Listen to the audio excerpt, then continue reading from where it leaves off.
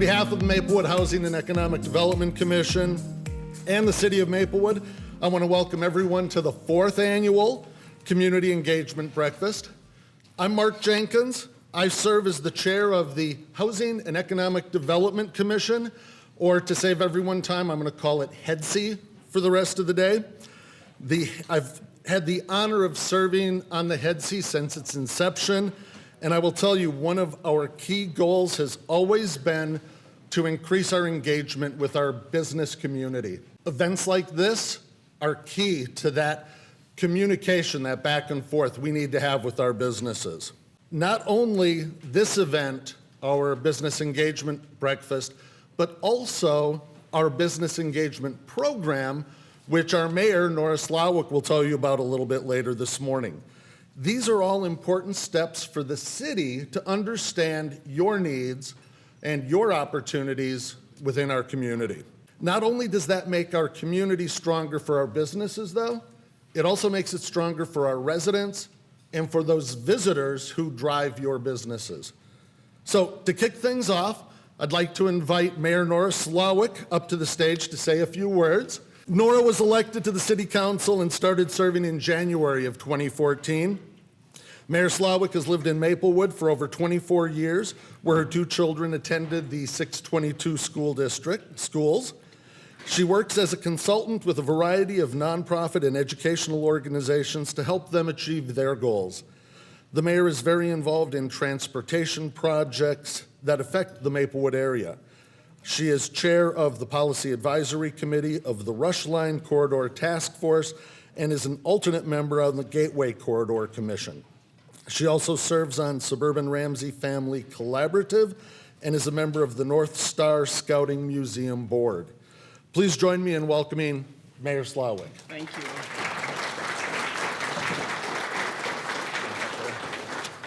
Well, thank you, Mark. We are so glad you are all here today for our 2018 Community Engagement Breakfast. We know you are very busy, so thank you for taking time out of your schedule to be with us today.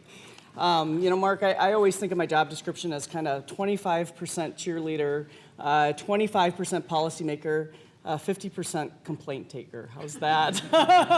But it gets things done, right? And then I get to pass the complaints on to our city manager, so that works okay. But first I want to talk a little bit about our Gladstone area, and if you don't know, that's basically Frost and English. And after many years of planning construction, we're getting ready to do our final phase of that. So we did 61 to a third of that. We finished that. Then we finished up to Frost and English where we did the roundabout. Now we're finally going to do the last part. And what we're looking at is also making it more pedestrian and bike friendly. So I think it's going to be really exciting to have that done. It also will go a long way in treating stormwater runoff going into Wakefield Lake, because there's some issues about that. So we're going to fix that at the same time that we fix the roads. So our council will be reviewing the plan in the next coming months, and if approved, we'll break ground in the spring for that. So I think that'll be very exciting. The city also continues repurposing properties in that area to fit modern uses. Now, one example is Frost English Village. Sherman and Associates recently opened the latest development at Frost English Silver, which is a really terrific 107 unit market rate complex for folks 55 years and older. So I know Council Member Abrams was there, and she said, I think about moving into here. If you haven't seen it or you know anybody that's older than 55 looking for a place, it's terrific. There's everything from a pool to a coffee bar to a salon. It's just a really terrific development, and we're really pleased to have them here. And this is an investment that will help aging community members stay in a familiar setting. And again, I hope you'll stop by and see it. Now, close to that area, you may have noticed the improvements at Wakefield Park. Has anybody seen the construction happening, right? So we're putting in a new community building there. When you think about it, we kind of have the community center, which now is run by the YMCA, and I know our YMCA director is out there, Kristen. And but Wakefield will allow us to have, and all of you to have, if you want to have a birthday party, anniversary party, a gathering, there will be both an indoor facility to do that for I think about 100 people, as well as an outdoor facility, and it's really on a beautiful setting with Wakefield Lake, so we will look forward to that. In the northern part of Maplewood, the city is looking on a bold vision to reimagine the North End and Maplewood Mall. And later this morning, Perkins and Will, who are right here, the consultants from Perkins and Will tell us about the market study and some of their early planning on the issues. You know, we've been really impressed with the work so far. We had a meeting last week. We had, with the help of many of you here, we turned out new business people to come to that meeting. And we're looking at, you know, taking the strength of St. John's and their new healthcare building and all that strength and balancing it with what's happening in our retail environment, right? We know around the country that the retail is struggling. You know, I went to a conference recently, and one of the sessions was the retail apocalypse. And I thought, wow, that's quite the title, but it is happening everywhere, and trying to figure out how to reinvigorate it. Some of the ideas we talked about, maybe having a hotel in Maplewood, and that's looking really positive. Maybe doing things in the parking lot. You've seen other malls do this. There's a bunch of parking out there. You could develop housing and other entertainment type things to go in that parking lot. We're very familiar with the work of Perkins and Will because they developed our Rice Larpenter plan. So I'm not sure if you've seen that, but it's worth going online on the Maplewood website and taking a look at that. If you saw the front page of the Pioneer Press, I think it was yesterday, we are very pleased where the old Stargate nightclub was, right? As I tell people, that's the only meeting we've had where we've had to have an emergency meeting and close a business. We now have a new Nepali restaurant and grocery going in there. So we're really exciting. That's the start. And then if you look at the plans, they're ambitious, but what it takes is that start of starting the roads and getting those first businesses in. So exciting things happening at Rice and Larpenter as well. Plus we have our partnership with Roseville and with St. Paul. In this case, we're kind of the small partner because really, if you know that corner, St. Paul has a huge chunk of it, and then Roseville, and then us. For the second in the year in a row, we partner with the St. Paul Area Chamber of Commerce. Sue Shannon is here, and she's going to be talking today about our business engagement project. You know, it's really important. We're trying to meet the needs of our businesses and listening to their needs on how we can be the best partner. I'm not going to, you know, spoil what she's going to say, but one of the things, of course, is skilled workers, and that's where Century College comes in. Is our businesses are looking particularly for kind of the associates level and people with technical skills. So far, we've met with 35 businesses, and you'll hear your full report in a few minutes. Two that I went on 3M.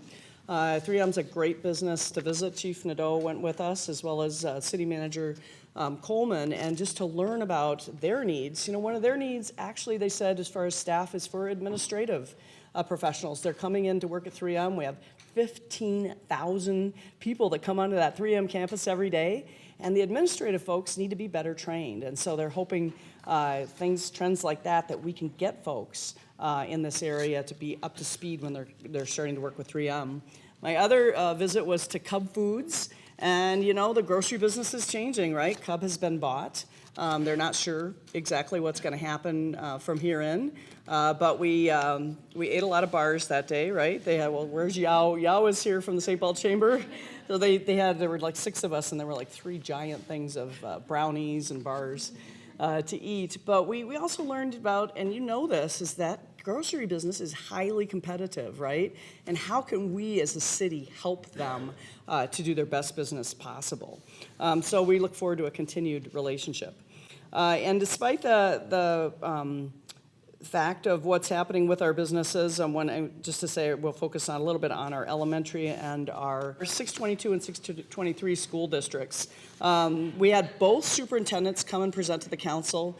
You know, we had a meeting with the realtors this week, as a matter of fact, and they said, you know, what is your relationship with the schools? Well, the fact is the city and the schools are intrinsically linked. If someone's coming to look in Maplewood for a house, they're going to look at the school district. If someone's looking at the school district, they're going to look at what it's like to live in Maplewood. And so we have to be up to speed on both ends. 622 is a leader in Minnesota for the number of students taking college credits while still in high school. They're working with area realtors to better market the school's accomplishment to potential families moving into this area, because we can go head to head on any statistics in 622 and come out well, even with our neighbors to the east. And the district's also getting innovative about how it funds building upgrades to meet demands of 21st century learners.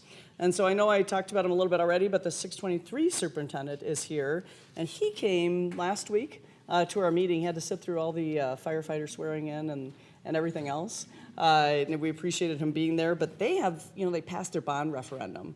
So you're going to see things like Roseville Area High School being able to have that 21st century security that we all need in our schools, right, for things that are happening. So very proud of the Roseville skills and things that they're doing in our community as well. Part of Maplewood is served by the Roseville schools. So I'm excited about what's going on in Maplewood. I hope you are too.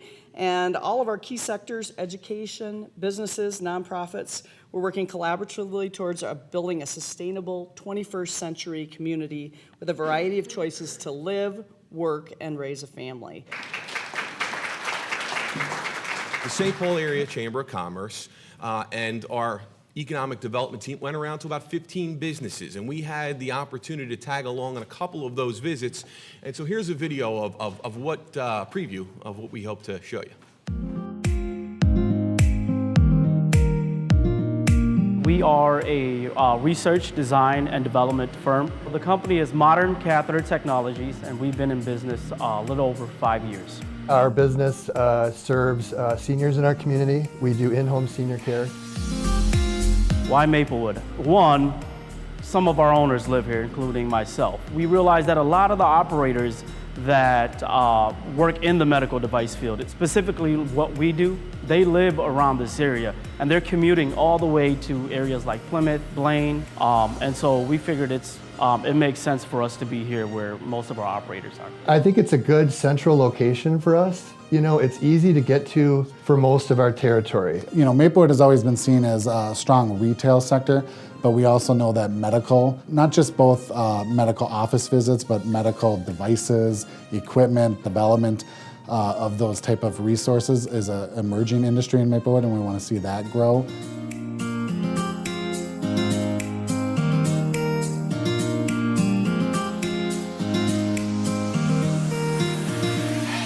I think it's fantastic that the city has started to reach out to work with us. Being able to hear, what our challenges are and what our business is, I would imagine that could only benefit us. Most of our communication is in a reactive mode. Here's a project, what are your thoughts? But if we already have an established relationship with a business, with a manager, someone on site, well then we can kind of get to the point and have a better, more effective conversation right away about a difficult issue.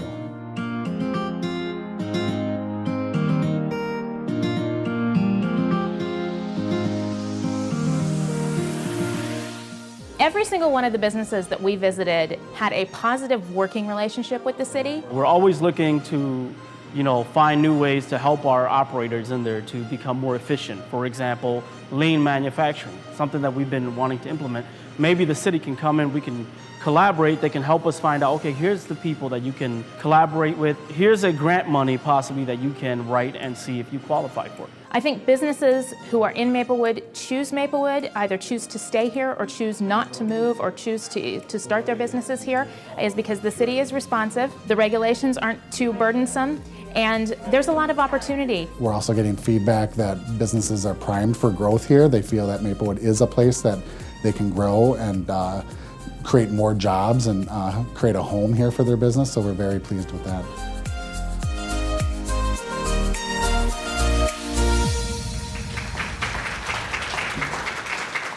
So, as you've seen, one of the most effective ways we can build our business community is through communications. Thank you, Joe, for heading up our city's efforts in doing that. Another way is to make sure that we engage with our business community in our long-term planning. We're going to start with Shannon Watson and Yao Yang from the St. Paul Area Chamber of Commerce. They're here to walk us through the results and the themes that were discovered in this year's business engagement program. Now, this is the second year that Maplewood has conducted our business engagement program in cooperation with the St. Paul Area Chamber of Commerce, and we truly value the conversations we get to have with our business community. After we hear from Shannon and Yao, Jay Dema and John Slack from Perkins & Will share an exercise with us, supporting the city's visioning process in the North End.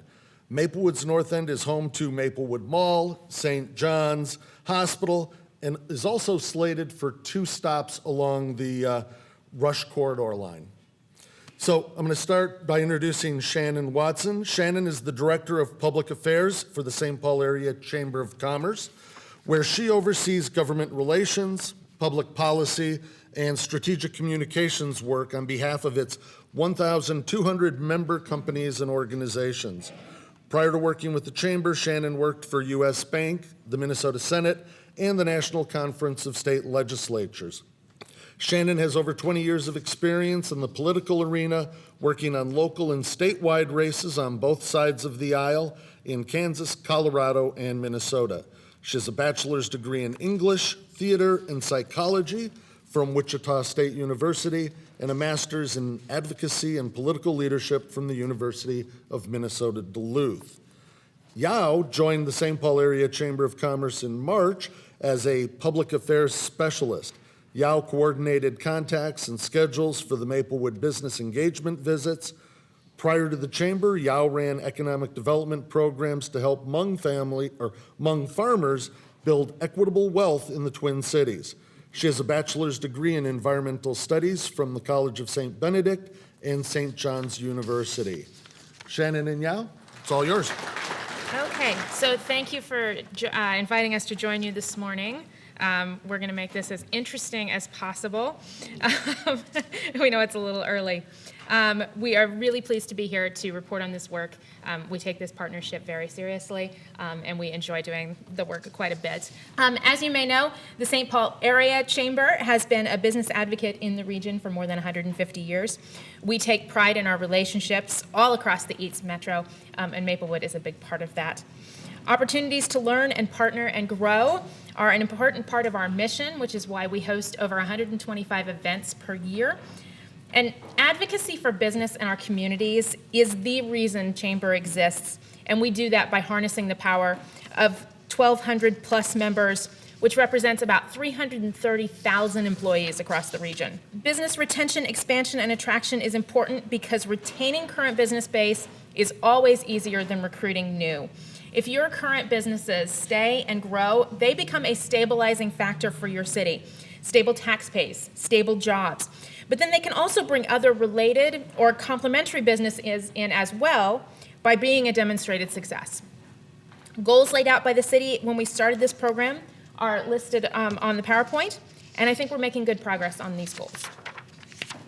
As you can see, the BRE team has many bodies, so coordinating this was a challenge. The bulk of the time was doing this, scheduling visits.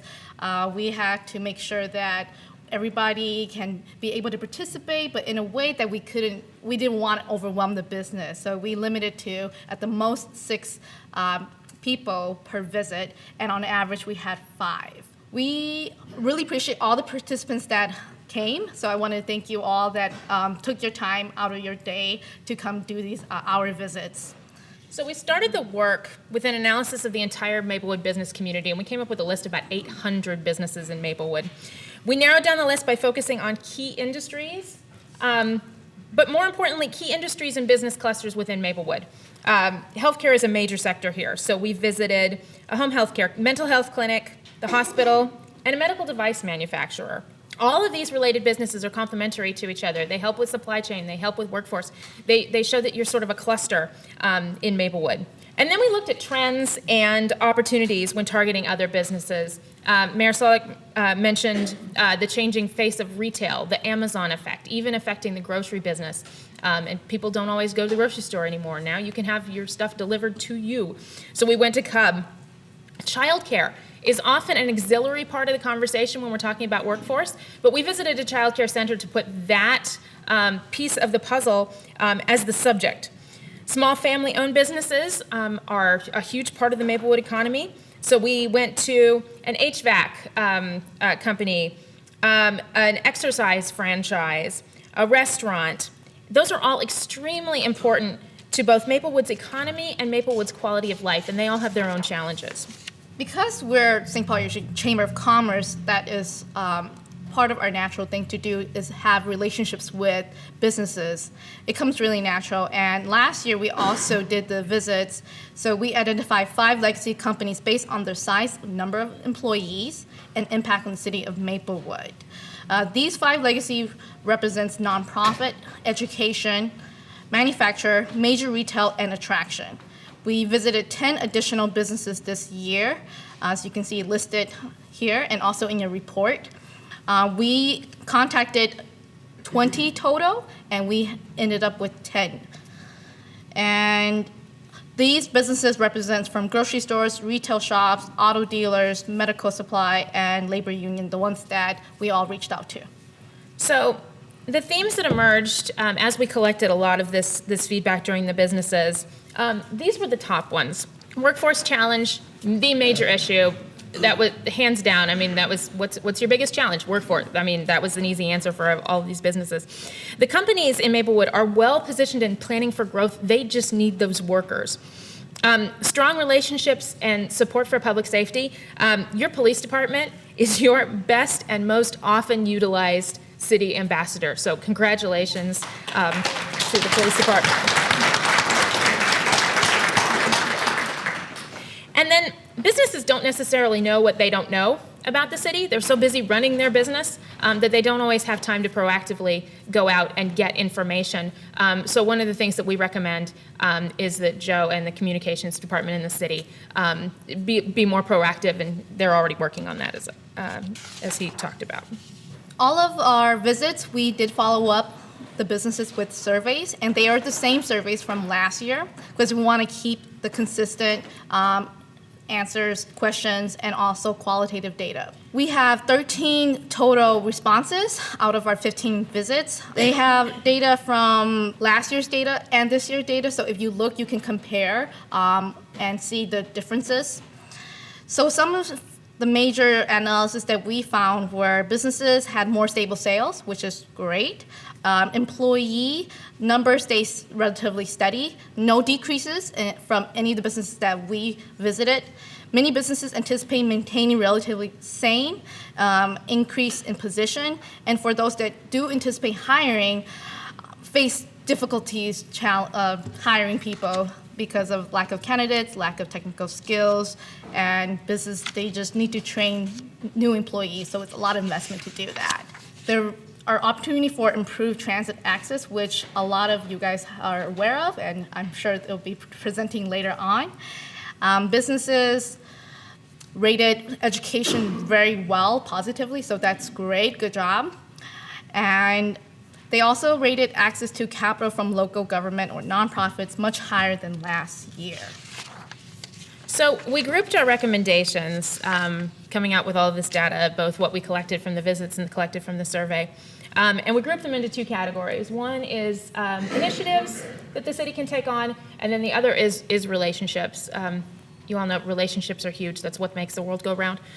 So the first one, going along with that workforce theme, is continuing building with relationships with one or several community and technical college. So Century College is a best example of that.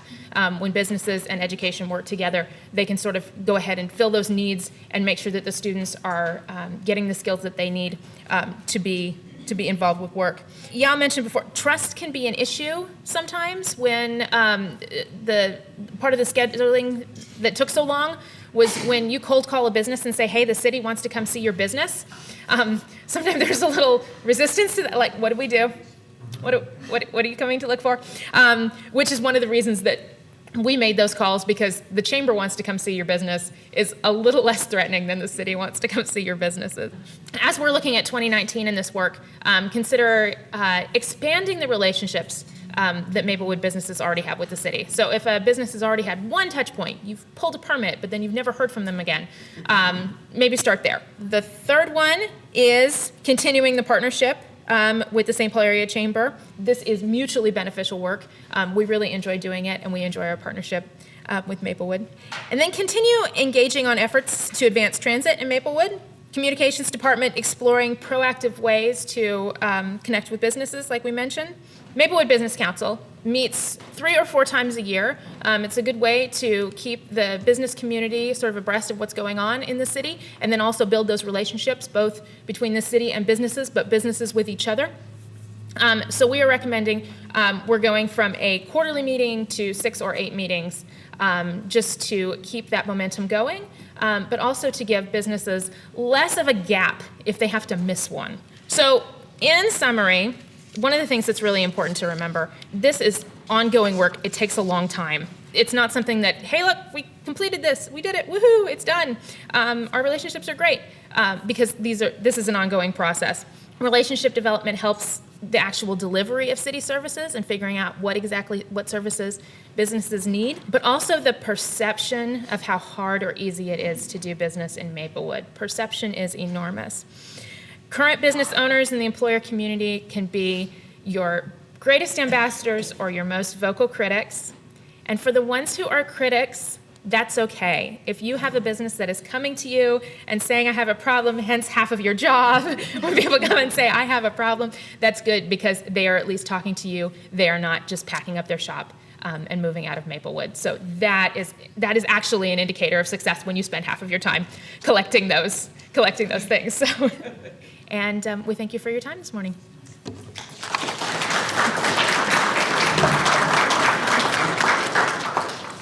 Next up, we have Jay Dema and John Slack from Perkins & Will to discuss the city's visioning and planning process in the North End. Jay Dema is a senior planner with Perkins & Will based in their Minneapolis studio. Jay is a member of the American Institute of Certified Planners and has over 20 years of experience in land use planning and economic analysis. He has also worked on a wide variety of project types, including transit-oriented development, redevelopment, brownfields, corridor studies, small area plans, and campus plans, comprehensive plans, economic development studies, real estate market studies. You do a little stuff sort of during the day, don't you? Okay. Jay regularly speaks to communities and organizations about the complex relationships among demographics, economics, and land use change. John Slack is an associate principal with Perkins & Will and leads the regional urban design practice. John is a registered landscape architect with over 22 years of professional experience. He has worked on numerous large-scale urban design and planning projects with a specific focus on sustainable placemaking, healthy community design, and resilient urbanism. John has an extensive background in mixed-use urban redevelopment and design, brownfield design, green infrastructure planning and design, complete streets design, and public realm streetscape planning. I'll hand it over to Jay. All right, wonderful. I know the agenda had myself and my colleague John Slack on there, but I think in the interest of time, I'll be the primary presenter here. But you're going to see both John and I at most meetings like this. We're really engaging and listening to the community. And John and I, we've been working together for over a dozen years. And as you can tell, I'm kind of the analyst guy. John's the designer, so we kind of complement each other. And real quick overview, I'm going to give you the basics on the North End Vision Plan, which is what Perkins & Will is currently working with the city of Maplewood and the community on right now. I'm going to give you the basics on what, where, why, how, when this planning process is involved in. And then I'm going to touch on some background research that we've actually been doing to try to tee up and get us prepared for doing the planning process. Just to kind of give you, what exactly is the North End Vision Plan? Well, basically, it's a shared community vision. And it tries to address short and long-term opportunities for new development, new or improved connections between land uses, such as transit investments, new developments, new or improved public spaces, and priorities for new investment. So we're really kind of basing, okay, what can this place to be? And it struck me by the great work that the Chamber was doing in talking about all the business retention and attraction. And I can't help but think of how important the North End area is as an activity center and how important that is in just attracting and retaining your businesses. So it's important that we're looking at that. But also what's really important about a planning process is, it brings people together to create positive change. So this is a great opportunity to do that. And it identifies folks within the community who are local champions who are going to really carry this forward. The vision gets created over about a 6-month process, but it's going to take years and years and years to implement. So we really need those folks on board to understand what that ultimate vision is. All right, let's talk a little bit about where is it. Okay, the north end. Well, hopefully you can see the yellow here on the map outlines just a very general district, which includes the mall, Maplewood Mall, and the St. John's Hospital. Two really important anchors for this area that's roughly bounded by 694, White Bear Avenue, Beam Avenue, and the Bruce Vento Trail. So clearly, it's this really important area within the community and even the region. There's 2 million square feet of retail space, roughly, almost 1 million square feet of healthcare space. It's 5,000 jobs and another 10,000 close by. We've got a breakdown of 55% of the jobs in this area are retail, but another 40% are in healthcare. So you can understand how important these two entities are. But at the same time, there's 1,000 households that live in this area as well. So it's an emerging and established sort of residential base as well. So you've got a lot of different things going on, but hopefully this gives you a sense as where we're generally kind of focusing our efforts on. Now, question is, why do it? Why do we look at this place? Well, first of all, it's been identified in the city's comprehensive plan for 2040 as kind of a key goal to look at this particular area within Maplewood because it is just so important. And that's really what this planning process is about. But it's also to coordinate with the Ramsey County and other partners on the planned Rush Line BRT, which was mentioned. There's 2 different station stops that are in this area. And it's been noted already that retail is really changing. And how can we as a community sort of stay ahead of that and understand those changes and make really community vision decisions based on that? And then healthcare, it's such an important part of our economy. As a matter of fact, according to state figures, healthcare is going to be the fastest and largest growing job sector in the metro area through 2024. So how can we build on that, for example? There's also the opportunity to explore new ideas for improving the north end, and it's to guide the design and location of future planned investments, such as roads, trails, new development, so forth. And ultimately, if you have a plan in place, it's going to help you secure project funds, perhaps, and attract interest to the area. Okay, how do we go through this process? Okay, first of all, we start with just understanding where we are today. If you're going to create a vision or a plan, it's really hard to understand what that's going to be in the future if you don't know where you are today. So it's really going through the basics of trying to pull back and do a lot of fact-finding to understand more about yourself and the community and the area that we're looking at. So there's a variety of different things we look at. And then we try to build upon previous planning efforts and other work that's being done.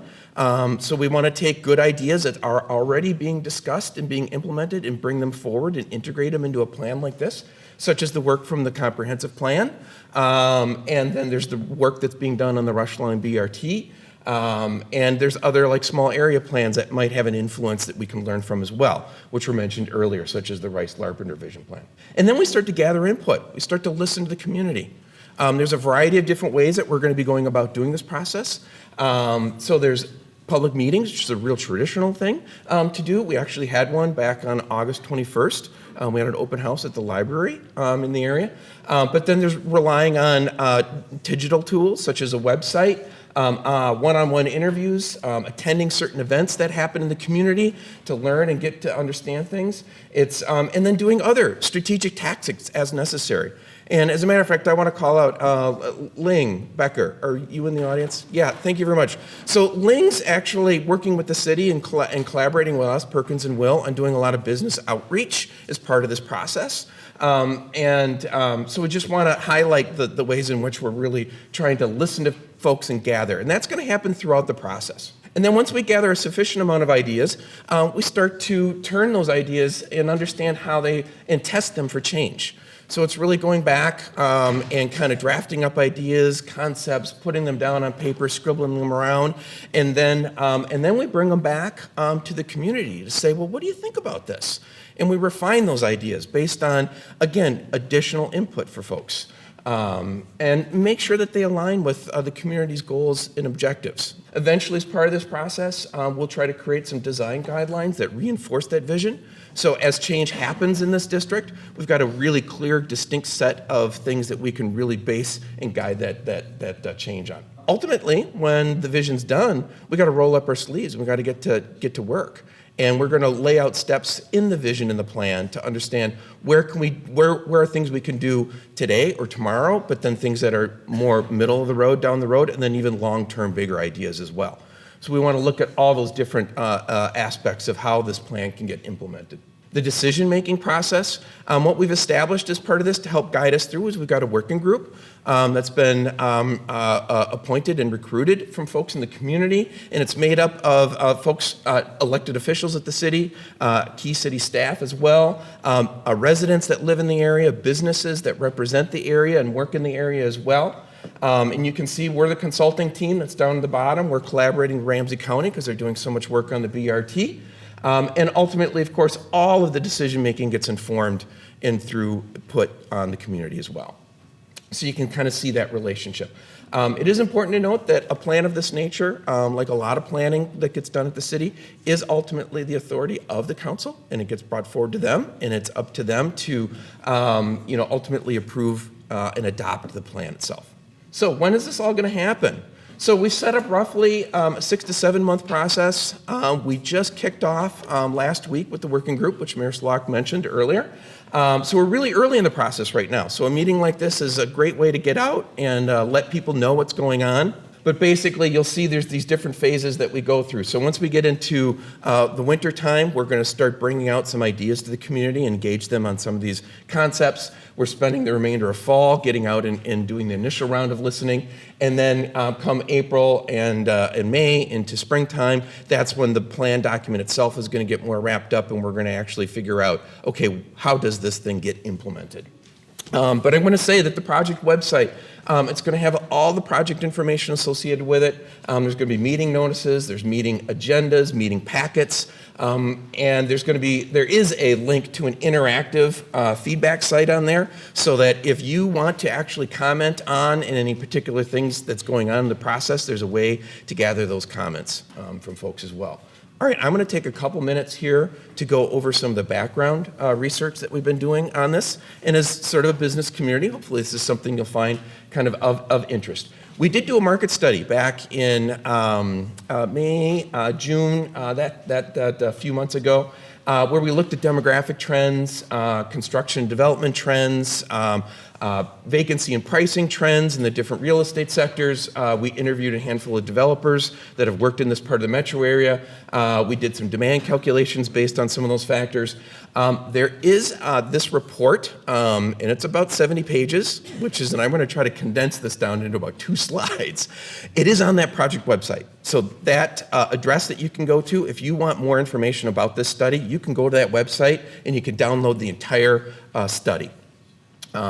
But just to kind of go over some main takeaways based on all that work that we did, this area, it's a really key activity node. And I don't think that comes as any surprise to folks in this room who are engaged in conducting business.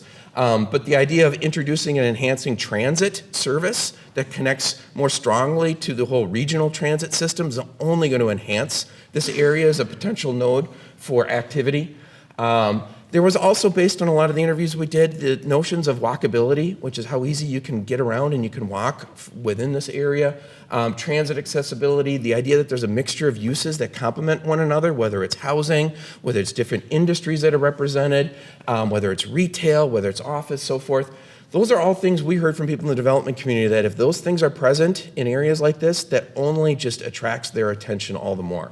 Related to that is the degree to which there's sort of a local commitment, local government commitment to sort of introduce and make those places represent these ideas. That only influences investors. It just makes the area more attractive if it's the city's demonstrated ability that they are actually investing and committing to these areas themselves. Right now, the housing market is really, really heated. It's quite hot, which is for the short term is great. But there is a sort of natural real estate cycle associated with these things. But what I'm going to say here, though, is that when you think about all the different things that are happening in the North End, it's really teed up for a lot of investment over the long term. So despite a real estate cycle, it is going to have a certain level of interest among not only the development community, but just simply people who want to live and be close to these goods and services. And the role of the healthcare, how crucial that is. It's driving growth in the form of more employment. but it's also beginning to kind of find itself out of its traditional settings and getting into and being integrated among not only a medical office, but right into the housing itself, and even into the public realm and even in retail spaces. So how important the healthcare sector is, not only as it is today, but how it might evolve over time. And then due to some structural industry changes, retail investors right now are really in a wait and see mode before making any big decisions. This is something with the impact of a lot of online retailing and so forth, particularly among national retailers. They just don't know what's happening, so there's just so much uncertainty. So obviously folks who own retail establishments or own properties that have retailers in them, it's, we're trying to really understand and let them kind of help guide us a little bit. But at the same time, communities can also work on trying to work with them to set a vision for an area to be able to respond and adapt to change. I don't think the mall's going to look the way it does 20 years from now. And I think everyone in this room can agree to that. But how can that mall look is really ultimately the question we want to answer. And some of the things that other shopping centers have been exploring that have been evolving in recent years is looking at food concepts and health and pets and adding housing and education, offices, government services, all these different things and notions that can be added to these areas. I'm going to flash through these real quickly. These are a set of additional analysis maps that we are put together that we're going to be using to help kind of inform ourselves as consultants, but then as folks, as people who are engaged in the community. These are all on the project website as well, so we like to understand the built form in these environments, just how much impervious surface there is, because stormwater and the dealing with climate issues and making sure that we have clean and healthy resources around us are really important. Walkability and access to green space, land ownership patterns, so we can work with the community to understand who owns what and what role they have in a visioning process like this. Traffic volumes, how important that is for visibility and accessibility for different uses. Just the overall property values, the age of the structure. Newer structures are less likely to be redeveloped. Older structures might have a tendency to be redeveloped. Where are those, for example? The regulatory environment, the current zoning. Perhaps out of this process, we might think about rezoning different areas to encourage new uses. Where the utilities are, or where they aren't in some cases, where we might need them to encourage certain things. Understanding the regional road system and how important that is. The mall's here for a reason. How can we keep this area relevant in the future? And I'm going to quickly flash through a case study of the Southdale area in southwest metro area. And I don't want to talk about it in terms of it being directly relatable, because there's a lot of things that are, set Southdale and that part of the metro area apart from the northeast metro area. But what they've been doing in the last several years, I think, can be kind of interesting and sort of telling as to what's been sort of the way that that area has been evolving. So the map identifies the Southdale, the big mall. There's sort of the satellite mall, the Galleria. There's a big Target. So this is an area in between 494 and Highway 62. So what Southdale has done over the last several years is their malls, actually, they filled in the parking lots with housing, new retail, lodging. Hotel was mentioned earlier today about a possibility. So we're filling in parts of the mall. We're also filling in lots that are adjacent to the mall. There are investments that the city has committed to in recent years, improving pedestrian crossings around France Avenue, which is an 8-lane roadway. There's also introducing a pedestrian promenade that connects the mall to some of the other city's key sort of amenities within the city, just south of this area. There's also introducing safer transportation and roadway patterns in the forms of small roundabouts in lower traffic streets, for example. And there's just been a really remarkable amount of housing that's actually been introduced in this area in the last 5 to 6 years. So we just start to see this area evolve. And government services, which have been historically several blocks from the mall, have actually been moved up into the mall. So we're thinking of new types of uses in the mall. And then when you get that whole sum together, that's quite an extensive array of change and just that's been happening in that area. So just to give us a sample of what's been happening in other areas. Again, remind you the website. It's a great way to stay involved in the project. We will be having other community meetings like this. You can, if you want to attend in person, we'll be informing you of that. And we do want to hear your feedback. We really do. The business community is important. All right, so thank you, Jay. Thank you again for everything you do for the city of Maplewood, what you do for our residents, our visitors, and coming together and helping us help you. Have a fantastic day, and oh my gosh, we're actually on time. Thank you.